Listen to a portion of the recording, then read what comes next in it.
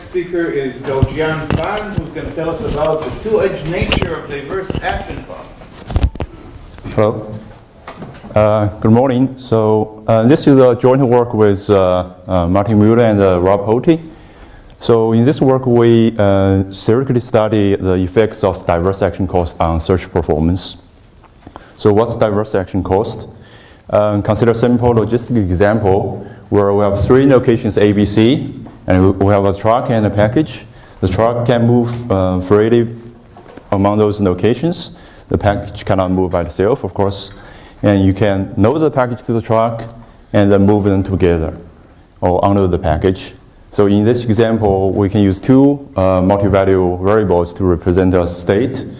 So for the situation shown in this picture, we can represent as state CC. That means both objects in the location C. And for another situation, it's represented as AT. That means the truck is in location A and the package is on the truck. So this logistic problem will give us a state space, and there are transitions between those states, and we call those transitions actions. So for example, we have the move action that changes the truck location, and we have load unload action that changes the package location. So action cost is a function that assigns a non-negative weight to each of those actions in a state space. A spatial type of action cost is the unit cost function, where all the actions have the same cost.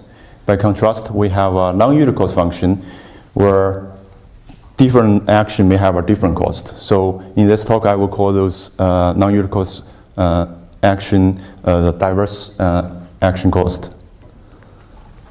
So in the research benchmark, the unit cost functions are often used, like the one shown in this picture for our logistic example.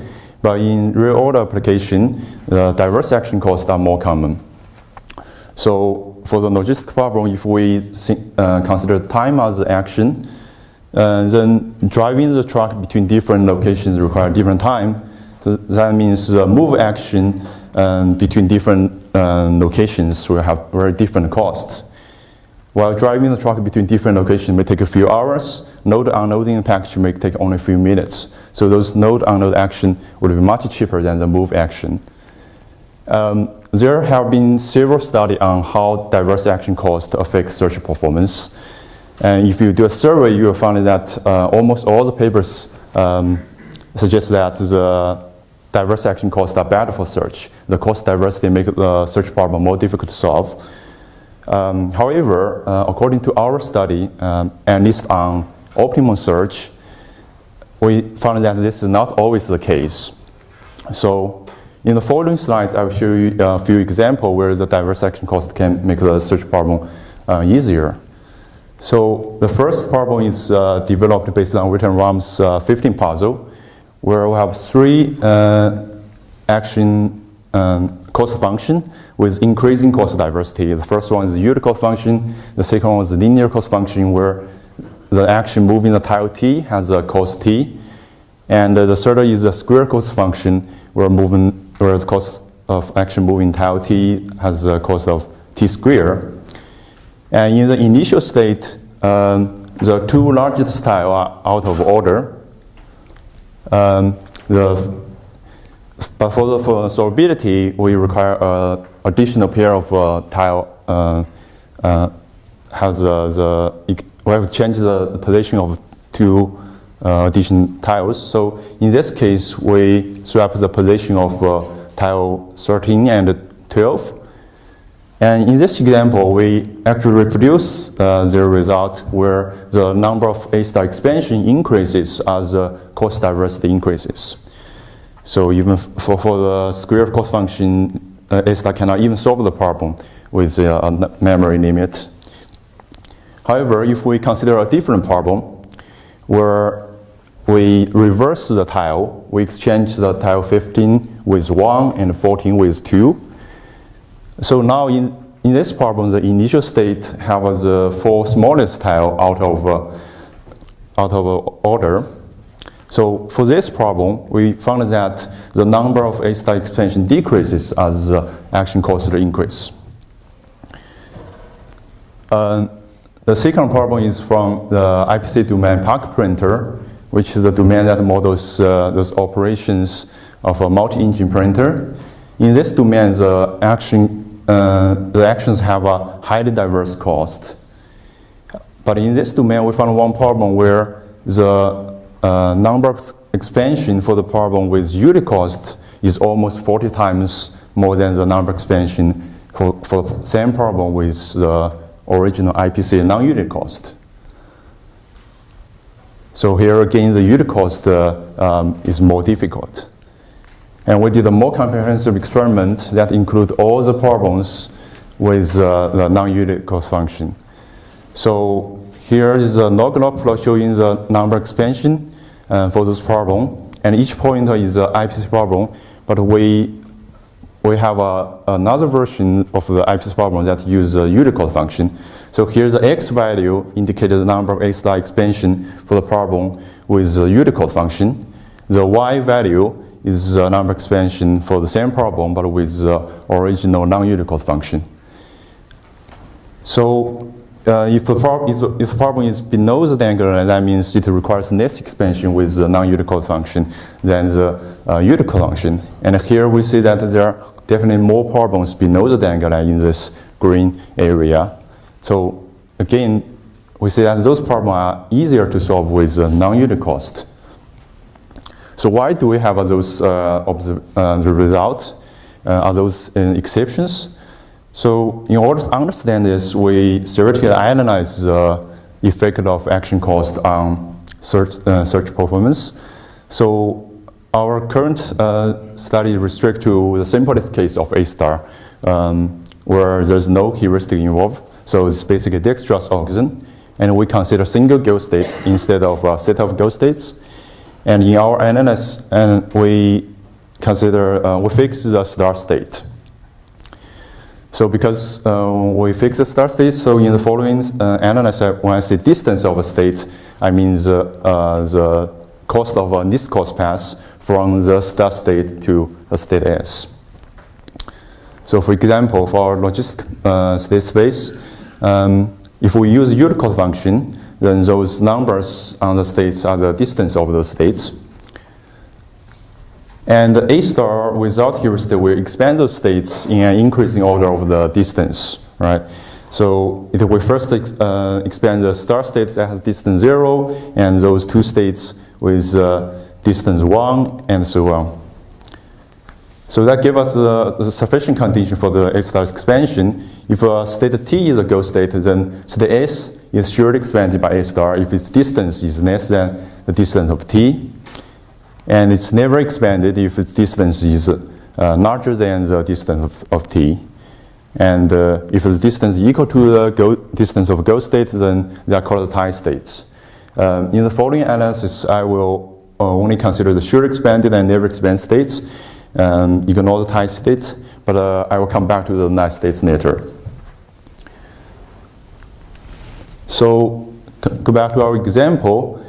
If this state T is a goal state that has distance of 4, then all the states have smaller distance are the surely expanded state. They must be expanded by a star. And those states has larger distance, they are never expanded by a star. And we have a tie state that has the exact same distance value as the goal state.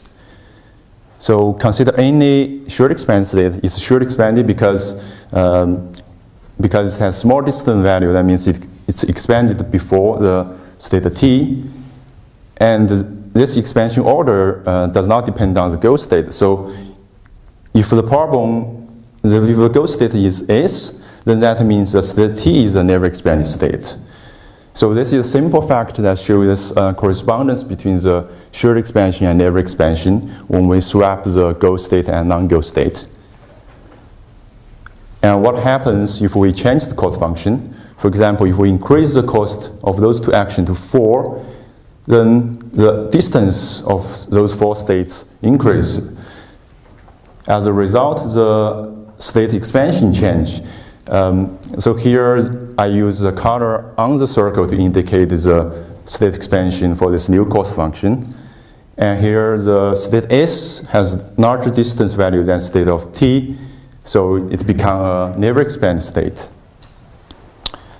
And we know that if S is a go state, for this code function, T is a should expanded state. So what's the effect of changing the code function from U, the previous code function, to C on the state expansion? So to illustrate that, let's put back the state expansion with the previous code function U, which are indicated by the color inside of the circle. So we see the state S is red inside but blue on the circle. That means it's surely expanded for this go state T in the Unicode function, but it's never expanded for this non-Unicode function.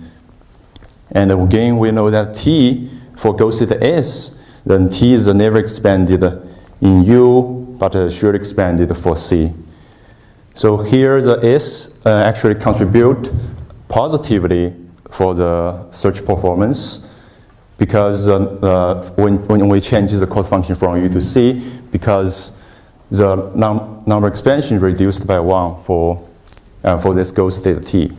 But for the go state S, the T is the state that contribute negatively to the search performance because it increases the number expansion when we change the code function from U to C.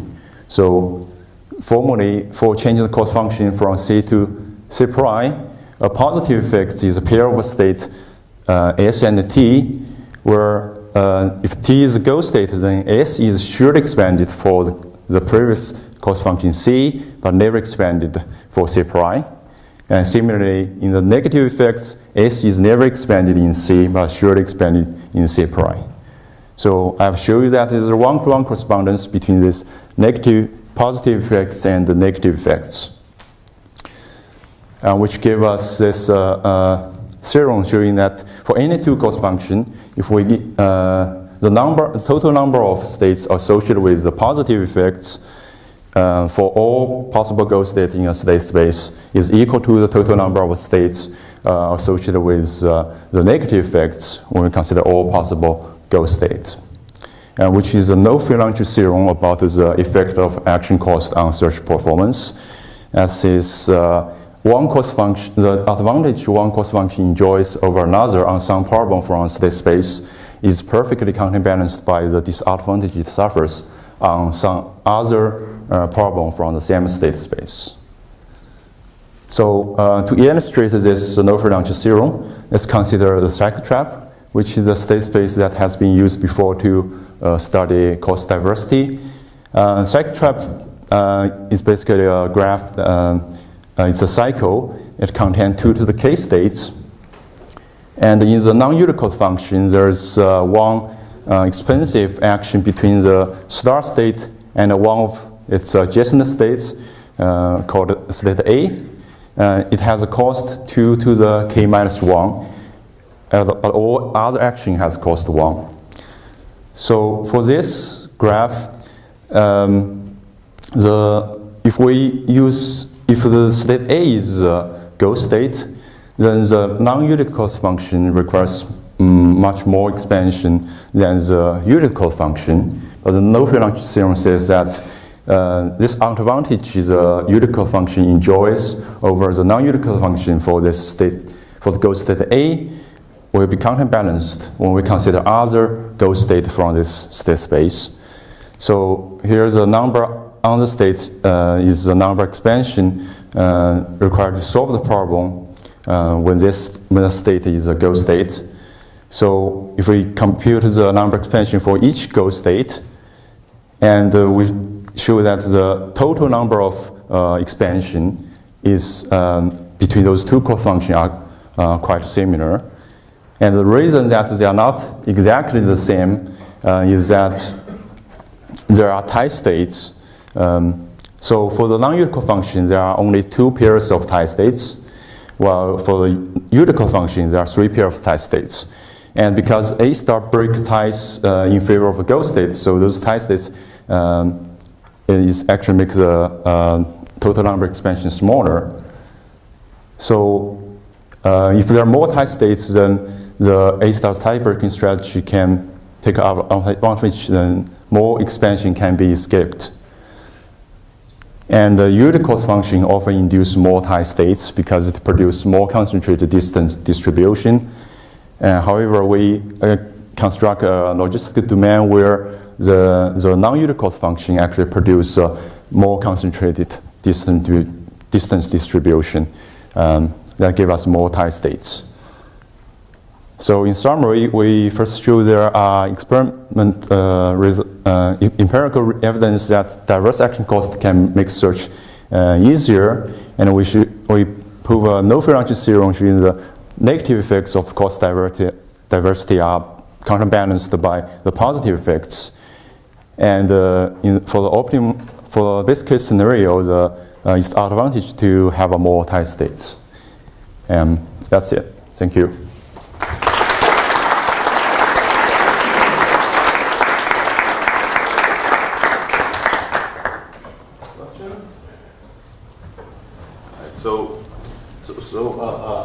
So you're talking here about blind search, basically. So can you say something about why it's difficult to apply this to heuristic search? So that's because the proof that we use here is swap the go state and non-go state, right? But if you use heuristic, then when you swap the go state and non-go state, you are using different heuristic function, right? So what if you assume, for example, you have a heuristic which is 50% of the optimal cost or something like that? Heuristic is 0.5 H star, or 0.8, whatever. Would you be able to say something useful there? The current theorem cannot include the heuristic, because when you swap the go and non-go state, you are using different heuristic function, and the expansion order, you cannot prove the correspondence between the negative effects and positive effects. All right. Yeah. Can you think of a way to use what you've learned to craft cost functions for problems with the same underlying graphical structure, but where you have some freedom in either modeling action costs for search purposes or just changing the domain description in some way? So I think the insight here is that when people think the diverse action costs are bad, that's because they're thinking those expensive actions occurs on the solution path, right? So when you increase the solution path, then there are more states that has path cost that's smaller than the solution path, so the number expansion increases. But it's possible those expensive action occurs on the path to other states. So then the solution cost is reduced relatively compared to other path costs. So in that case, then that's why we have a positive effect. That's why the number expansion can reduce. So if we know that what action will occur in the solution path, then it's better to give those actions smaller cost. So if I'm trying to model my domain, and I start with some sort of durable structure, and I have learned or acquired or expert knowledge that says, don't do these things, then this basically is the kind of evidence that I want to use your theory to help me craft my domain, right? Yeah. Okay. All right. Any more questions? So does this theorem still hold if you have zero constructions? Or it wasn't clear if you made any assumption about non-zero costs? Yes, the main theory, the no-frequency theorem holds with zero cost. Yeah. All right. So let's thank the speaker again.